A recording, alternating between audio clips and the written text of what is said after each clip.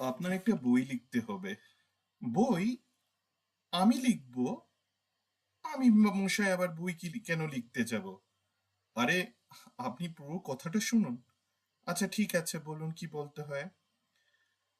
আপনি একটি play direct করবেন। মানে? মানে আপনি তো থিয়েটারের মানুষ। আপনি একটা প্লে ডাইরেক্ট করবেন। কি বলছেন? কিছু বলিনি। কথা হচ্ছে ওই যে ইনি আমার মনিব আজ থেকে যা বলবেন করবেন। আজ থেকে আমার বলে তুমি এর কাছে থাকবে, বুঝলে? আজ্ঞা হ্যাঁ।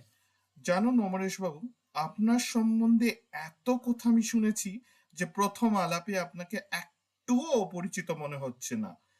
টাকা আজ অবধি অনেক দণ্ড দিয়েছি, এবার কিছু সলিড ব্যবসা করতে চাই। অমরেশ চুপ করে চেয়ে আসে ভদ্রলোকের দিকে। তিনি বলেছেন, "আম, সিনেমা করতে গিয়ে রাজার আম, ১,২৫০ জলে গেছে। একবারে ভরসা এখন আপনি। যদি আমার থিয়েটারে ভালোভাবে করতে পারবেন তবেই নামবো, নইলে নয়।"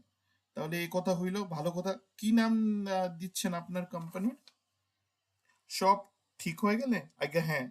আমি মত দিয়ে ফেলেছি? আজ্ঞা হ্যাঁ। কখন দিলাম? আজ্ঞা এই যে এত কথা হলো, কিছু হয়নি। আমি করব না। হ্যাঁ, বলছি আমি ওইসব ধ্যাসটামোর মধ্যে নাই, বুঝছেন?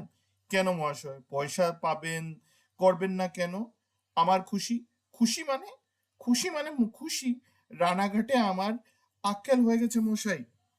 আমি আর থিয়েটার ফিয়েটার করব না। দুনিয়ার বহুত ডাইরেক্টর আছে, তাদের গিয়ে লেগে পড়ুন যে। বাহ! আর আমি আর আমার যে ওদিকে বেকি, বেরিয়ে যাও ঘর থেকে, বেরিয়ে যাও। আজ্ঞা, আমি বলছিলাম বেরিয়ে গিয়ে বলো।